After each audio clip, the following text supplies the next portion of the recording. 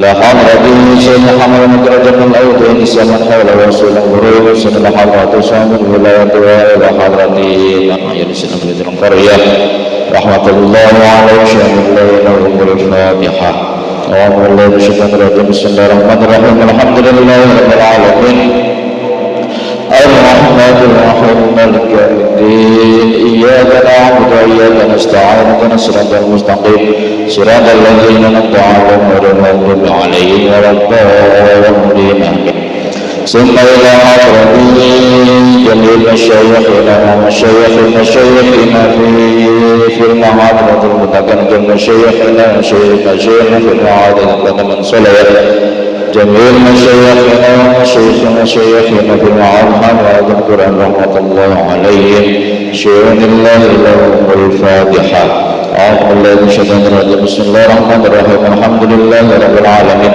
الرحمن الرحيم مالك يوم الدين إياك نعبد وإياك نستعين اهدنا الصراط المستقيم صراط الذين أنعمت عليهم غير المغضوب عليهم ولا الضالين آمين ثم إلى حضرته آبائنا وأمهاتنا وجدتنا وجدتنا ورسلنا من نبينا آدم عليه السلام إلى يوم القيامة أستاذنا وأستاذنا وعلمنا وأبونا وعلى نسألك آبائنا وأمهاتنا ونوصل إلى حضرة مؤلفة الكتاب يقين شهد الله لهم الفاتحة أعوذ بالله من الشيطان الرجيم بسم الله الرحمن الرحيم الحمد لله رب العالمين الرحمن الرحيم مالك يوم الدين إياك نعبد وإياك نستعين اهدنا الصراط المستقيم صراط الذين أنعمت عليهم غير المغضوب عليهم ولا الضالين سنلا حاجاتنا حاجاتي وحديث masalah ya. Syahadillah lahul fatihah.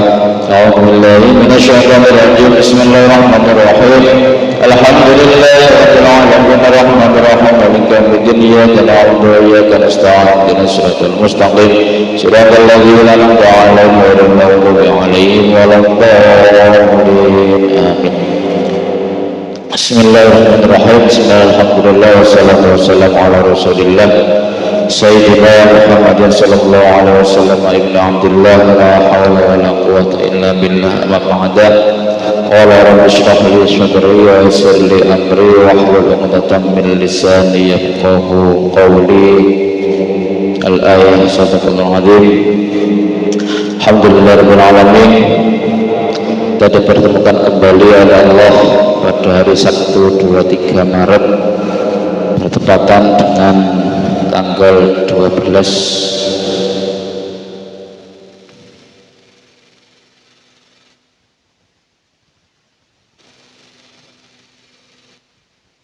Ramadan dalam keadaan sehat walafiat, dan semoga perjalanan di bulan Ramadan kita hingga hari ke-12 ini semua amal ibadah kita mulai bangun tidur hingga tidur lagi diberikan Allah balasan yang setimpal. Sing selama Ramadan ketika bangun diisi dengan berbagai amal kegiatan yang baik, otomatis dibalas oleh Allah dengan berbagai amal pahala. Dan jika kita puasa kita isi dengan hanya tidur, ya semoga balasannya juga setimpal dengan apa yang kita lakukan. Karena sejatinya puasa itu bukan hanya tentang menahan makan dan minum, dan bukan hanya tentang tidak ngobrol ngalor itu, tetapi juga bagaimana ketika kita menjalankan puasa di bulan Ramadan kita tetap semangat beribadah, tetap semangat bekerja, tetap semangat menjalankan semua kewajiban seperti biasa. Karena sejatinya puasa itu adalah merupakan kewajiban kita sebagai umat muslim dengan bekerja dibarengi dengan puasa, otomatis nilai pekerjaan kita juga akan bernilai ibadah. Dengan mengaji ketika di bulan puasa juga otomatis mengaji kita selain mendapatkan pahala, semuanya juga akan bernilai ibadah.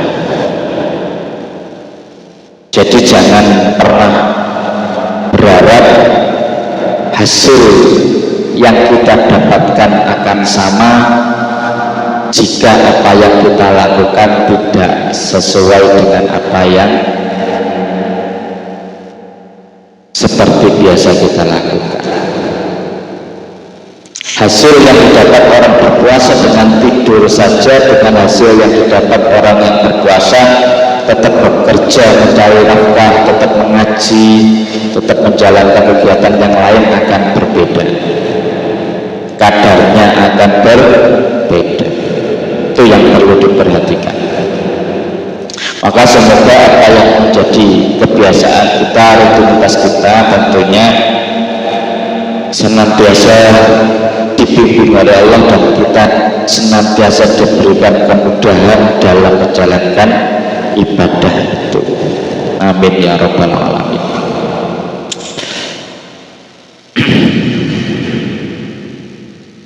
Kita lanjutkan kemarin ayat dulu qabla risalah, yaitu tentang cerita kehidupan baginda Nabi sebelum menjadi Rasul.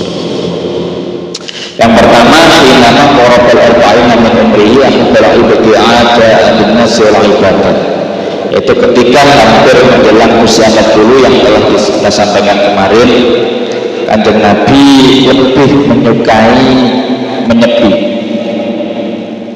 menyepi di sini dalam arti menghindari, menjauhi kerumunan orang umum, yaitu menyepi dari pergaulan umum. Menyepi tidak untuk menghindari bergaul dengan sesama manusia, tapi di sini menyepi untuk fokus mendekatkan diri kepada Gusti Allah, yaitu semata-mata menyepi itu untuk tujuan ibadah. Waqadil para al-ibadati wa rafi'in wa wajadalun ala tariqi Makkah. Seperti yang kita ketahui, tempat menyepinya baginda Nabi adalah di Gua Hira, yaitu salah satu gua yang berada di sebuah gunung yang ada di jalanan Mekah. Di situ terdapat Gua Hira. Wakana yahudu ma'auzadah Allah faragha wa ja'ala zawjatihi sayyidatu Khadijah fayakhudhu ghairuh. Lah untuk mendukung untuk mensupport kegiatan peranungan khalwatnya Kanjeng Nabi ini, beliau itu hanya pulang jika bekalnya habis. Karena ketika menjalani perenungan beliau bisa sampai 1 minggu sampai 1 bulan 2 bulan tidak pulang ke rumah. Jadi Sayyidatuna Khadijah ditinggal oleh baginda Nabi untuk melakukan khalwat di Gua Hira. Ini salah satu ikhtiar batinnya yang dilakukan Kanjeng Nabi untuk menyongsong usia 40 tahun yang di kemudian hari beliau menerima wahyu pertama di usia 40 tahun. Di sini disebutkan ketika bekalnya habis, maka Kanjeng Nabi pulang ke istri beliau hanya bertujuan untuk mengambil bekal tadi. Wakana yata'abbadu ala dini jadri Ibrahim min asyrati ayyamin ila syahrin, yaitu Nabi SAW menjalankan ibadah di gua tersebut, yaitu dengan ibadah kakeknya. ibadah agama kakek beliau. Sapa kakek beliau? Yaitu Nabi Ibrahim. Karena kita tahu silsilah Nabi ketika dinaikkan ke atas dia akan bertemu dengan Nabi Ismail, yaitu min asrati ayyam ila syahrin, dari 10 hari sampai sebulan lamanya. Dan kegiatan yang dilakukan oleh Nabi ini adalah seperti apa yang pernah dilakukan oleh kakeknya dahulu, yaitu Nabi Ibrahim. Sampai di sini kita sudah sampai di bab awal pada cerita perjalanan hidup Kanjeng Nabi sejak Kanjeng Nabi dilahirkan hingga Kanjeng Nabi menjelang usia 40 tahun. Berbagai peristiwa dialami Kanjeng Nabi. Bagaimana ketika masih di dalam kandungan Kanjeng Nabi sudah ditinggal ayahnya, terus lanjut ditinggal ibundanya ketika usia 6 tahun. Setelah itu lanjut diasuh kakeknya, ditinggal kakeknya, diasuh pamannya, dan selanjutnya. Sejak kecil Kanjeng Nabi sudah diajari oleh Allah ditempa sedemikian rupa untuk menjadi sosok pribadi yang tangguh. Selain sosok pribadi yang agung, Kanjeng Nabi juga ditempa oleh Allah menjadi sosok pribadi yang tangguh.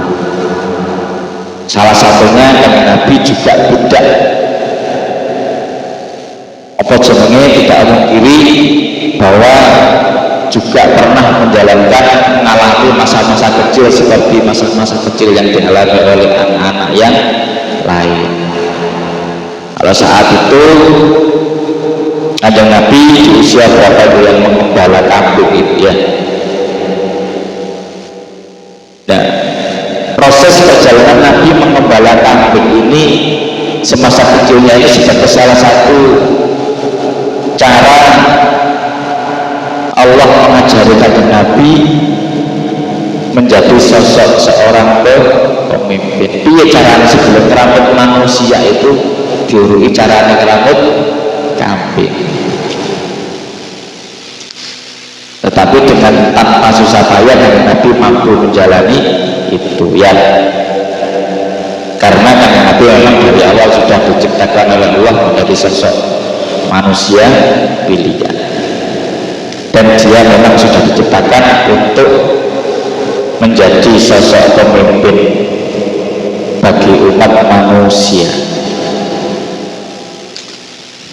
Apapun yang ada dipegang oleh Kanjeng Nabi semuanya berhasil dan menghasilkan sesuatu yang bagus. Ketika kambing digembala oleh Kanjeng Nabi, kambing itu selalu pulang dalam keadaan kenyang dan keadaan semakin bertambah gemuk.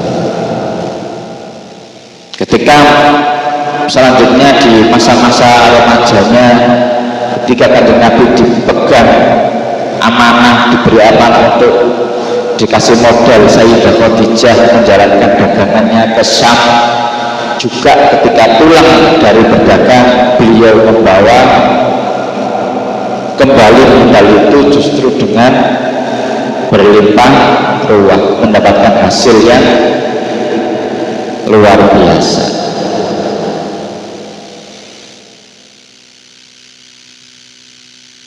Al-Khulasah Dawil Awal Sayyidina Muhammad bin Abdullah Mu'amin al-Quraisyiyah. Sayyidina Muhammad adalah putra Abdullah dan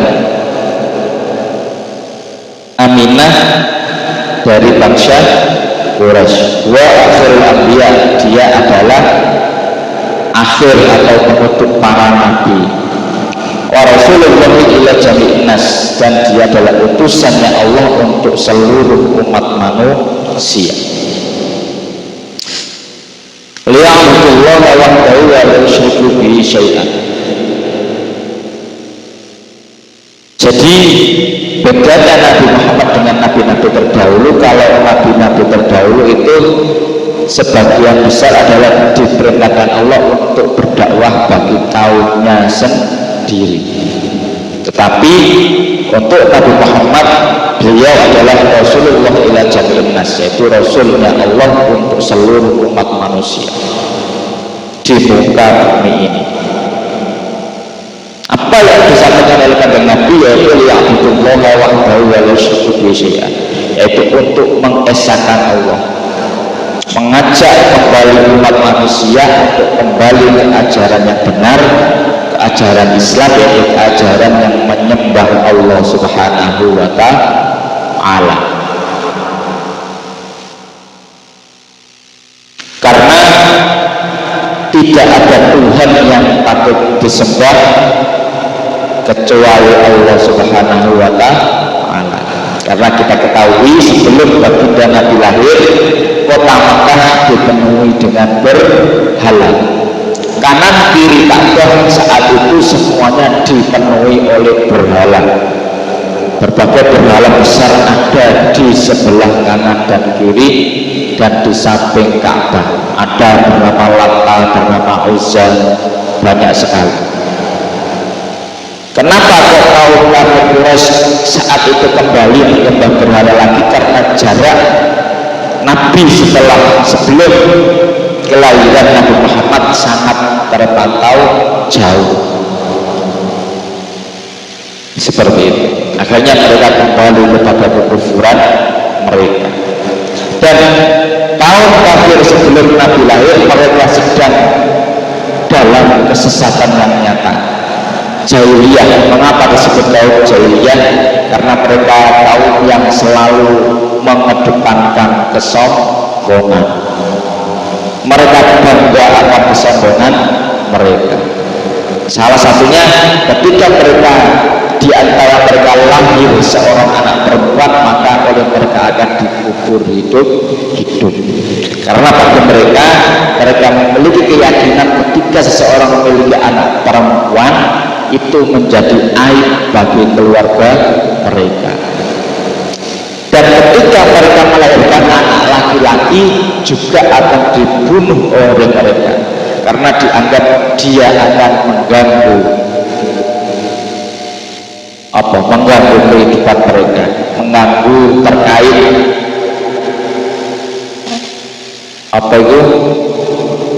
keberlangsungan hidup mereka. Dan di zaman mereka seorang perempuan tidak ada artinya sama sekali. Perempuan di zaman kaum jahiliyah ibarat sebagai barang dagangan. Ya, di zaman jahiliyah ketika seorang ayahnya meninggal, anaknya boleh mewarisi istri daripada ayahnya. Berarti boleh mewarisi ibunya untuk menjadi istrinya, boleh dulu. Saking bejatnya kelakuan kaum jahiliyah. Dan seorang anak laki-laki itu juga boleh menikahi saudara kandungnya sendiri, boleh menikahi ibunya dan sebagainya. Nah, itulah makanya Allah menurunkan Nabi Muhammad di tengah-tengah kaum yang benar-benar rusak akhlaknya dan mengajak mereka kembali mengesahkan Tuhan, yaitu Tuhan Allah Subhanahu wa ta'ala. Waqad wulida sallallahu alaihi wasallam di Makkah yaumal Isnain as-sani asyar min Rabiul Awwal, yaitu kanjeng Nabi dilahirkan di kota Mekah pada hari Senin tanggal 12 Rabiul Awal. Wa kana walidu tatlufiya qabla wiladatihi wa tufina bil Madinah, dan beliau ditinggal wafat oleh ayahnya sebelum dilahirkan, dan ayahnya dimakamkan di kota Madinah. Faraddat ummuhu wa arba'atu ba'da ummihi Suwaibal Islamiyah summa Halimatu Sa'diyah wa fi sadisati min umrihi tuwfiyat ummuhu bil adwa. fahabanat si Ummu Aiman wa kafalahu jaddu wa bisaminati min umrihi tuwfiya jadduhu fakafalahu anhu Abu Thalib. Ini perjalanan Kanjeng Nabi setelah ditinggal anaknya wafat, kemudian diasuh ibunya, dilanjutkan oleh penyusuan oleh Suwaidah Aslamiyah, kemudian Halimatus Sa'diyah, dan lagi-lagi di usia masih di usia 6 tahun beliau ditinggal wafat ibunya. Bayangkan usia 6 tahun sudah dalam kondisi yatim piatu, durung eruh opo. Setelah itu kemudian dilanjutkan pengasuhannya oleh kakeknya Abdul Muthalib. Kemudian pada usia 8 ditinggal laki-laki, ditinggal orang tercintanya, yaitu kakeknya meninggal pada usia 8. Kemudian pengasuhan baginda Nabi dilanjutkan oleh pamannya bernama Abu Thalib. Afidna Sa'ati min umri safar ma'ami Abu Thalibin ila Syam. Dan pada usia 9 tahun beliau bepergian bersama pamannya ke kota Syam. Wara'ahu yajir al-rahidu fa'arafahu.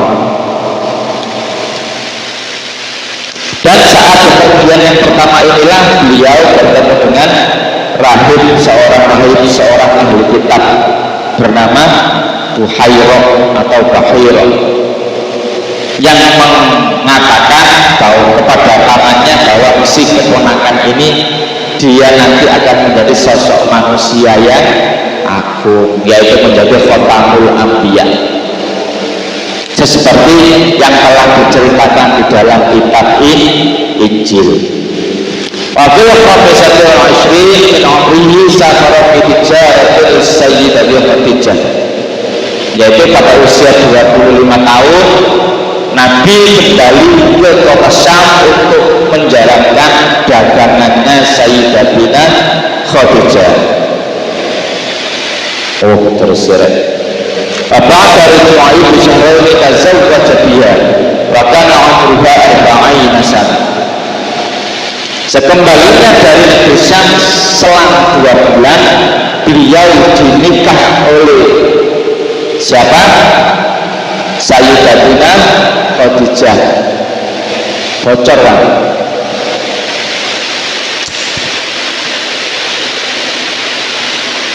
Wakana umruha 40 sanah, dan ketika usianya sudah maksudnya ketika Kanjeng Nabi menikah dengan Sayyidatina Khadijah, umruha 40 sanah, usia Sayyidatina Khadijah adalah 40 tahun.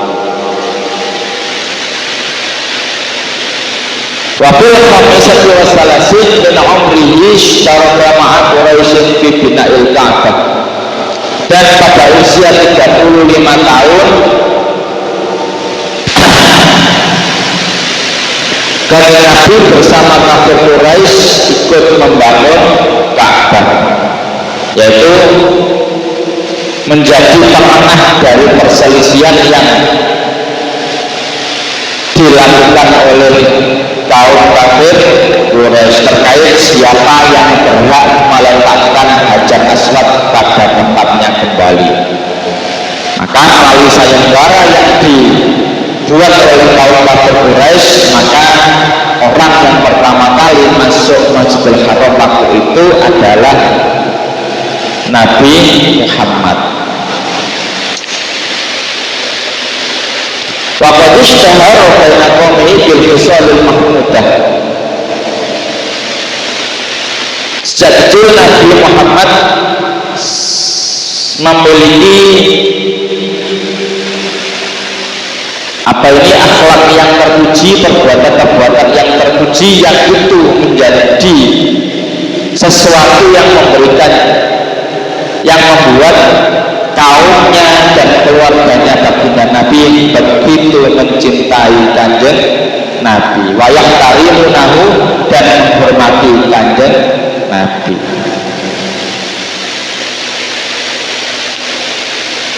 Mereka mencintai dan menghormati kanjeng Nabi. Meskipun di kemudian hari kanjeng Nabi melakukan dakwah, yaitu menyampaikan ajaran risalah yang benar, yaitu ajaran agama Islam. Meskipun dari sebagian besar mereka saat awal-awal pertama mereka tidak mau menerima itu. Meskipun mereka tidak mau menerima, tetapi dalam hati mereka tetap menghormati dan mencintai kanjeng Nabi. Hatta laqahu bil amini, sehingga mereka menyebutinya sebagai al-amin, yaitu gelar bagi orang yang bisa dipercaya.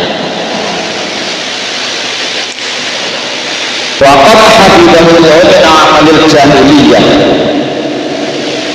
dan dengannya Allah menjaga kanjeng Nabi dari menjalankan perbuatan-perbuatan orang jahiliyah, menjauhkan dari perbuatan-perbuatan yang dilakukan oleh orang jahiliyah. Wa hatta al-ibti'ad an-nasi hina naqara al-arba'ina min umrihi.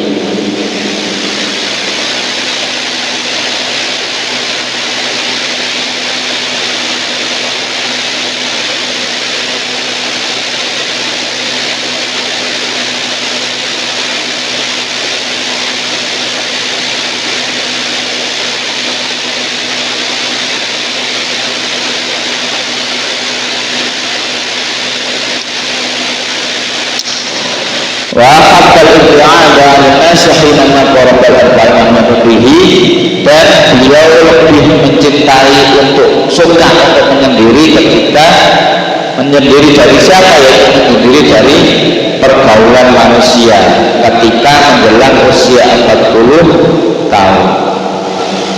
Wa kana yata'abbadu fi al-qira'ah ala dini jaddihi Ibrahim, yaitu menyembah apa yang menjadi agama kakeknya, yaitu Nabi Ibrahim.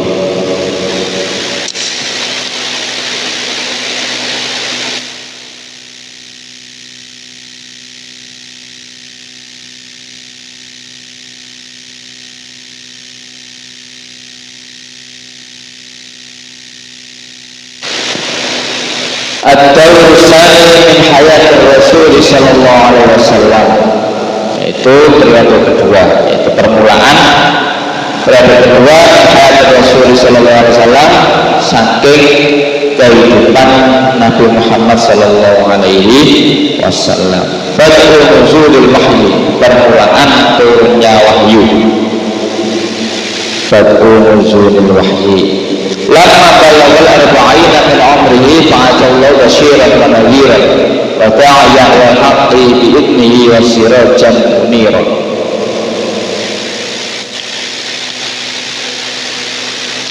Nah, ketika kanjeng Nabi sampai telah mencapai usia 40 min umrihi, dari umurnya, ba'asallahu, Allah mengutus beliau untuk apa? Yaitu basyiran wa nadhiran, yaitu sebagai penyampai kabar gembira dan menjadi wada'ya ilal haqqi bi'idnihi wa sirajan muniran, yaitu menjadi penyampai atau pemberi peringatan dan penyeru kebenaran kepada seluruh umat manusia.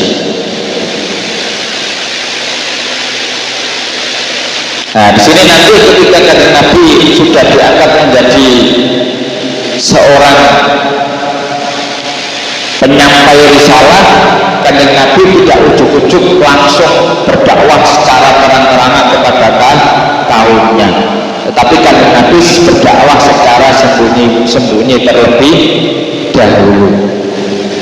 Karena dakwahnya kanjeng Nabi ini benar-benar dakwah yang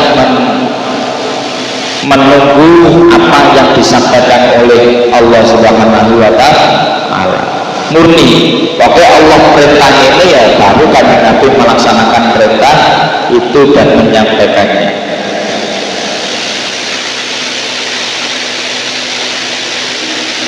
Jadi pada yang hakim ini wasirajan munira ini, Kanjeng Nabi diutus oleh Allah menyampaikan risalah, menyampaikan perintah, menyampaikan peringatan kepada umat manusia bahwa ajaran yang benar dan ajaran yang layak dianut diikuti adalah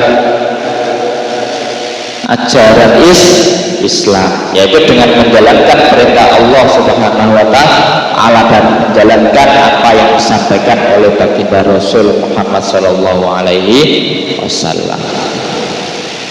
Waqad budiyal wahyu berruya shadiqati. Wahyu itu dimulai dengan mimpi yang nyata. Fakana la yara syai'an fi naumihi illa tahaqqaqa fi yaqadati.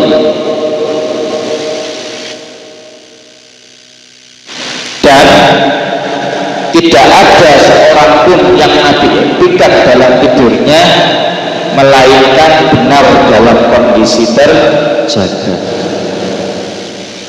Jadi apa yang dialami dalam mimpinya itu ya kayak ngipi tapi kok ya temenan gitu. Ketika wahyu itu pertama kali turun,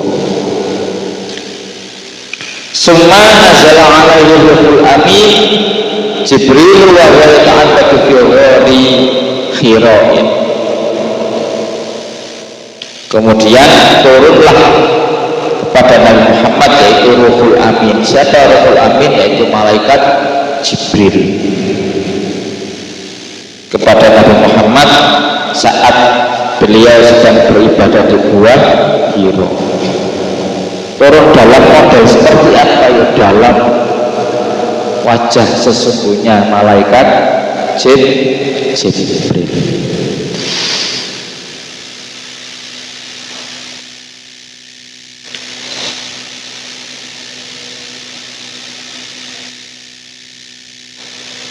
Wa'allamahu kaifa yahdinas siratal mustaqim ayurshiduhum ila tiba'id dinil qayyim. Yaitu malaikat Jibril mengajarkan kepada kanjeng Nabi bagaimana cara yang seharusnya beliau lakukan dalam memimpin umat manusia untuk menuju siratal mustaqim, menuju jalan yang lurus. Wa yurshiduhum ila tiba'id dinil qayyim. Dan juga mengarahkan, menunjukkan kepada agama yang benar, agama yang jejak. Apa agama itu? Yaitu agama Islam. Menyadarkan kepada mereka, ayo kembali kepada agama yang benar, yaitu agama yang diridhoi oleh Allah, yaitu agama Islam.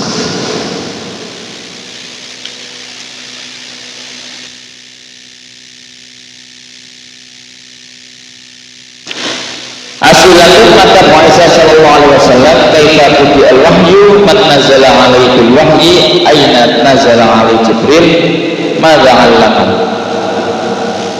al-khulasah ba'asallahu ilan nas ala rasul arba'in. Itu Allah mengutuskan Nabi pada usia 40 tahun untuk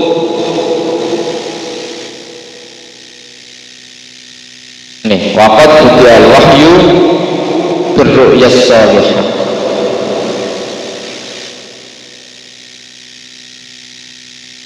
Dan benar bahwa permulaan wahyu itu dengan penglihatan yang atau dengan mimpi yang baik. Diawali wahyu itu dengan mimpi yang baik. Jadi diceritakan ketika Nabi didatangi malaikat Jibril ini, Nabi langsung dirangkul oleh malaikat Jibril seraya berkata Iqra sampai 3 kali.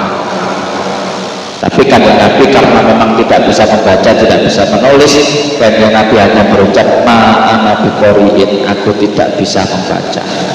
Iqra ma'ana biqori'in sampai 3 kali. Akhirnya malaikat Jibril mengucapkan ayat tersebut, Iqra bismi rabbikal ladzi khalaq khalaqal insana min 'alaq. Iqra wa rabbal akram ila akhir. Jadi Kanjeng Nabi diajari oleh malaikat Jibril bagaimana cara membaca bukan membaca secara tekstual seperti ini, tapi membaca bagaimana kita membaca umat kita, bagaimana membaca lingkungan sekitar kita kalau prakteknya hari ini. Jadi dengan Al-Quran itu bagaimana kita bisa mempraktekannya dalam kehidupan kita. Melalui Al-Quran itu bagaimana kita bisa menjadi manfaat kepada orang lain.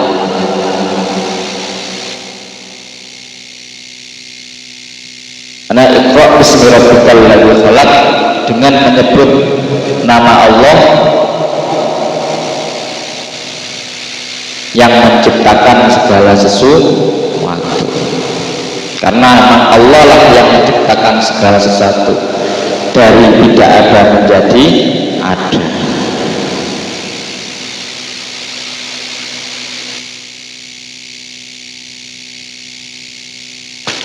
Halatul Arab qabla al-Islam. Al-Fatihah. Inna siratal mustaqim siratal ladzina an'amta 'alaihim ghairil maghdubi 'alaihim. Al-Fatihah. Bismillahirrahmanirrahim. Alhamdulillahirabbil alamin arrahmanir rahim maliki yaumiddin. Iyyaka na'budu wa iyyaka nasta'in ihdinas siratal mustaqim siratal ladzina an'amta 'alaihim ghairil maghdubi 'alaihim waladdallin.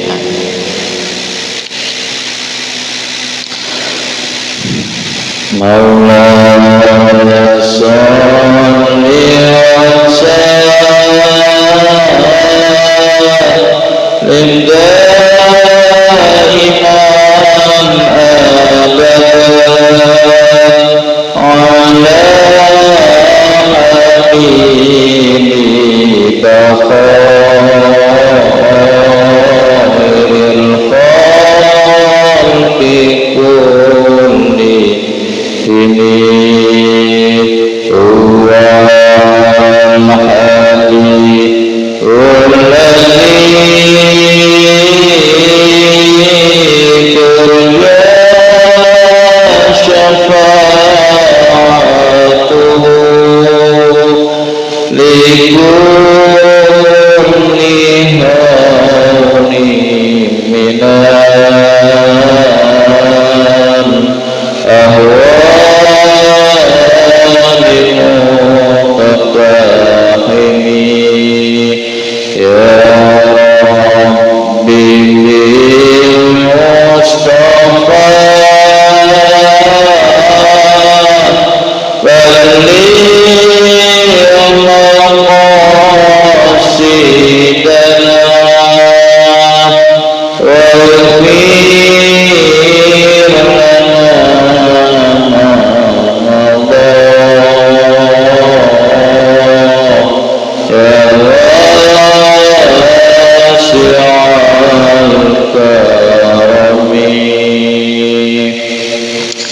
Subhanakallahumma wa bihamdika asyhadu an la ilaha illa anta astaghfiruka wa atubu ilaik.